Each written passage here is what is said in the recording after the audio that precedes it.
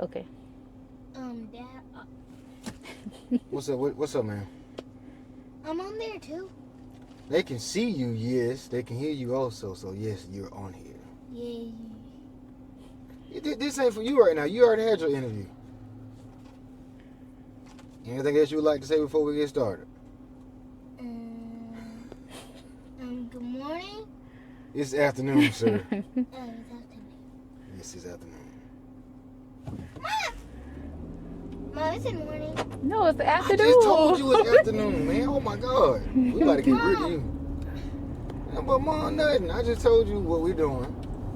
But Mom, how is it going to be the... Because it's 12:25 in the afternoon, A3. It's no longer the morning. All right, we done with you, okay? Yes. All right, so first question. I think it's just Then this is gonna be like a crazy how much violence is happening. Even though I'm pretty sure a lot of violence was happening while we were there. I guess we were just kind of like not around it, but just to not be physically there and to hear like every other day something's happening is just crazy. And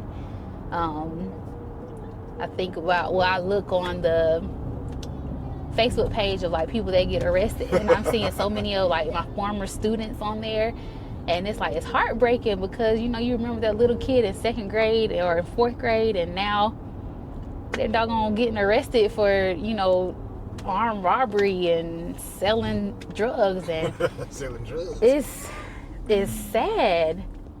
And I feel like Albany has so much more potential, but it's just, I don't know what it is. This is a question that I want to ask you, and I want you to give me your honest opinion. Gosh. It ain't nothing bad. All right. So let's say I had children outside of you, and I only took care of the child I had with you, and I didn't want to see the child outside of you, or I did not want to do anything for the child outside of you. How would you feel about me as a man? And would you continue to be with me and support me, or would you feel a way towards me and what I did? No, I have zero respect for that. And I mean, I just wouldn't have respect for you. Like, you can't take care of, especially if the child that you had. What is you doing? The child you have outside of the child we have together is older, meaning that they came before. Like, I definitely couldn't stand by and just let you do that. And that's just he got water. You need to drink it then.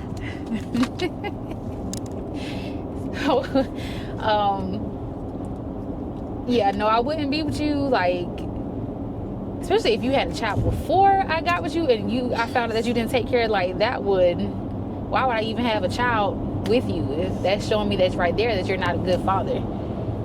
But I'm doing everything for your child, though. Like, I'm doing everything for the child we have together, and I'm doing everything for the child that you had before me, before us. So you got a child also, but your child is not mine. But I help support and take care of that one. Okay. And I take care of the one we got together. But I don't take care of another child. Mm-hmm. Not that it really wouldn't matter because it's still messed up, but what is your reasoning behind not taking care of one child? There's no reason. I just don't want to be in that child's life. You have no further business. So, do you think that it's on the female to say, hey, since you're not taking care of that child, me and you can't be together? Do you feel like a female should hold the person accountable, or what? Yeah, absolutely. And if she doesn't, then I mean, that's you just promoting bad fatherhood, like, or you're being selfish, meaning that you don't want any of his attention to go to that one particular child. Like, to me, that's selfish. So I definitely think the woman should call the guy out on that. Like, so in what way you feel like she should call him out? Should she say, hey, let's say we married. We married and this happened. Yeah.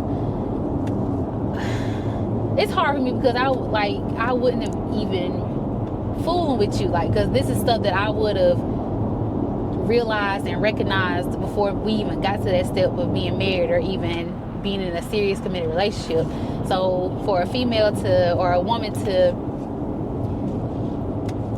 see that a man is not taking care of a child that he has, yet he's taking care of these over here, like, that's a red flag. Like, what if me and you don't work out and you mad, you in your feelings, and all of a sudden you're not going to take care of the child that we have together? Like, that can easily become you if things don't work out.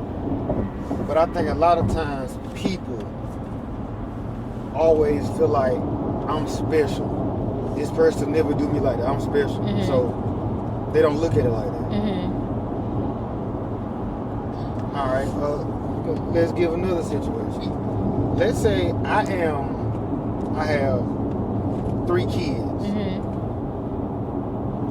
No. Not saying. Let's say I'm about to date a woman that has 3 kids, and I see the young lady is giving one of her kids' father a hard time. Like, the child is of age, and the child wants to go live with the father. But here I am as one of the new fathers. I see that she's giving him a hard time, even though the father just wanted to be in the child's life and the child want to go live with the father. What should I do in that situation? Saying you should call her out on it. Be like, hey, like,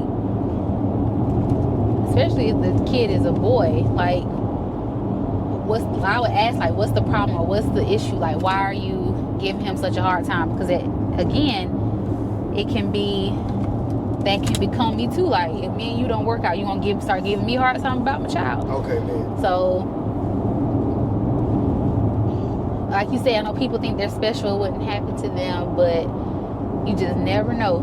And so you gotta look at people and how they treat others and know that potentially they could treat you that same way if they were to ever change their mind or get mad or whatever. All right, and I was using that scenario because I knew you were gonna say that, because like a lot of people don't put themselves in the situation of the other person.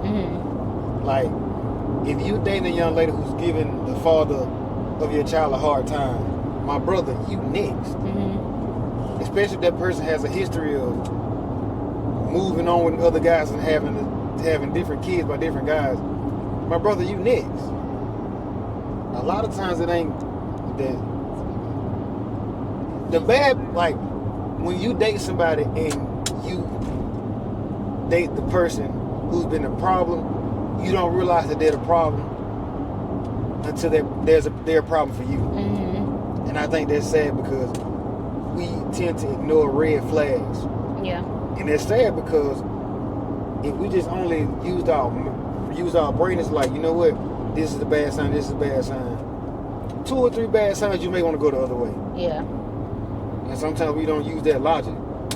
We use that logic when it's somebody else's problem, and not our own. Yeah. All right, so now let's get personal. So in our situation, what made you want to deal with me knowing that I had a child? Well, I just already liked your personality, and I saw the fact that you were in your son's life, and you know you were active with him.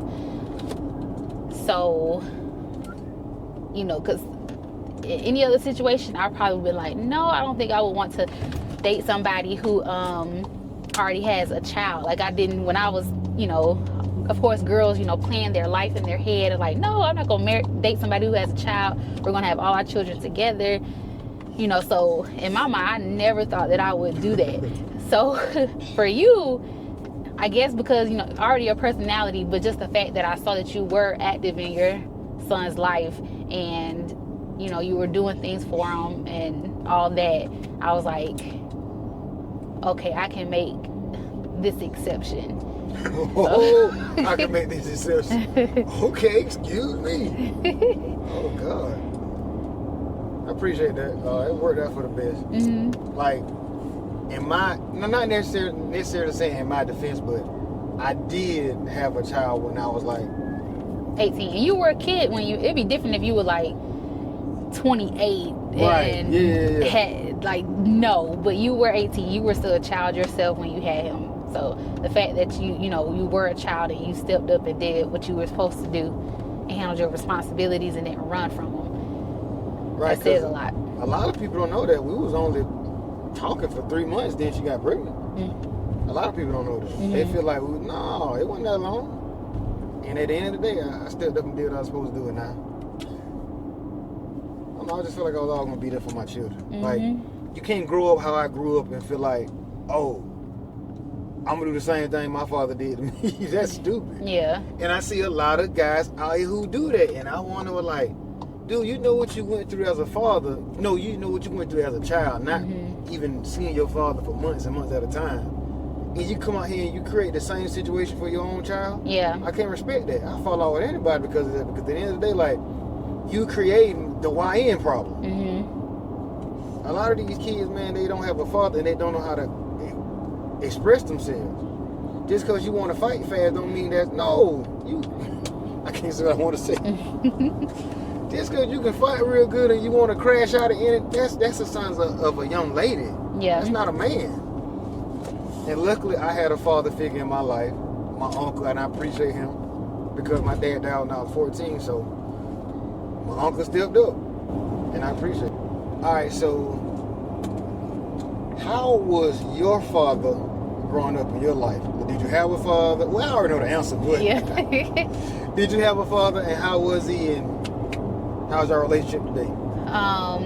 My dad was, when I think about it and reflect on it, like back then I thought he was just, being harsh and just being just so adamant about stuff. But I appreciate that man so much for like the morals and the value and the work ethic that he instilled in me and my brothers.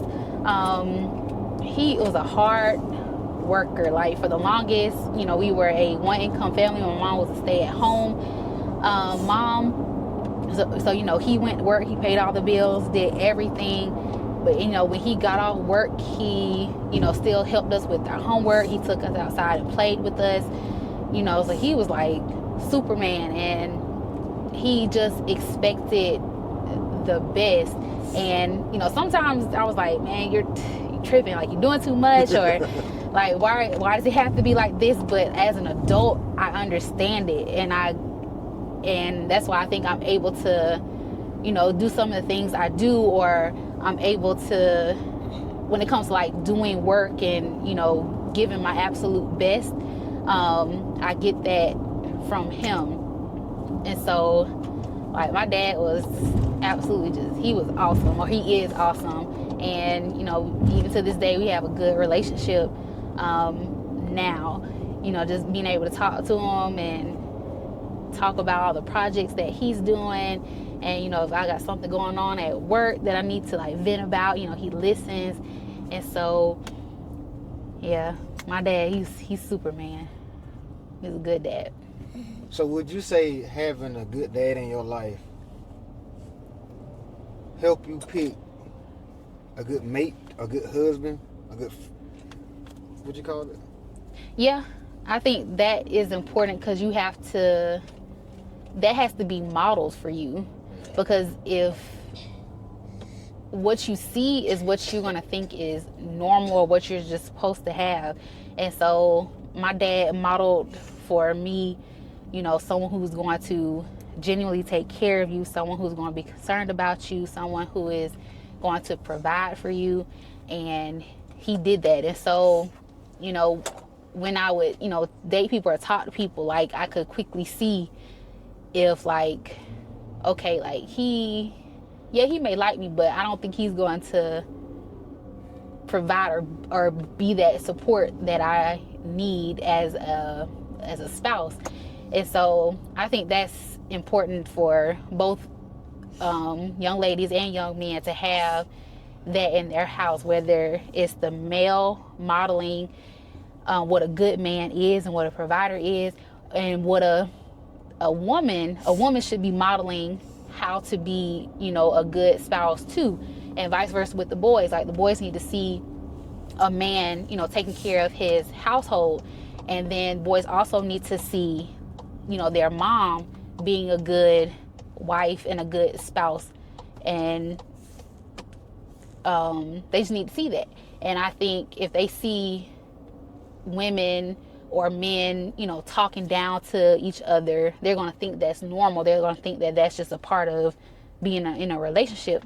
And, you, of course, in a relationship, you're going to have your downfalls, you're going to have your times, but it's not normal for you to constantly be belittling each other. So I think that's important, that is modeled, and that people see what a good relationship and a good father, a good mother, a good husband, a good wife is, so they'll know. All right, so here on Goat Dad, we talk a lot about dads, but the thing about it is we also have to talk about the other side of being a dad, which is being a mom. So your mom, how did she help mold you and shape you to be the person you are today? I think I learned from her is how to be compassionate towards people and be like a servant. And when I say servant, I mean like knowing how to give to others without necessarily wanting something in return. Because I saw her, she did a lot of volunteer work when I was in elementary school and middle school, and just to see the, I guess, fulfillment that she got from it, and how it made her happy. Like, I get it too now when I, do something where I'm volunteering or just, helping out a cause. So that's definitely one thing that I got from her. I think I also just got as far as just being a mom and just making things magical for my children, like, and even like my students. Like, she made Christmas and any type of holiday just so magical. I remember waking up like on Easter, and having like or taking a nap on Easter Day, and then waking up to the table full of like, Easter candy. Christmas the same way, Valentine's Day. So just making memories, or making those core memories for me and my brothers. Like, that's one thing that she did really, really good. And so that's one thing that I really want to do for Jamari and A3 too. I think that's like one of the fun things about being a mom, is just and dad is helping make those core memories that your children will remember, forever, how they made them feel, and, things that they will want to, one day do with their children once they have their own family. You want to go to Cheesecake Factory first? Because this thing like going to be packed. Yeah, we can, because I haven't eaten anything. Oh, look at the tree, A3. Oh, I forgot that tree was up. Mm-hmm. We ain't been up here. We haven't been up here at all this holiday season. 600 times. Wait, Mom, me and the naughty peanut. The what? Naughty peanut. He always comes here. Oh, okay. What you call Peter naughty? Yeah, The naughty peanut. You want me to let you over here so you can go check out and see how long we got to wait? Mike, please. Here they come. Huh? Hurry up and get out.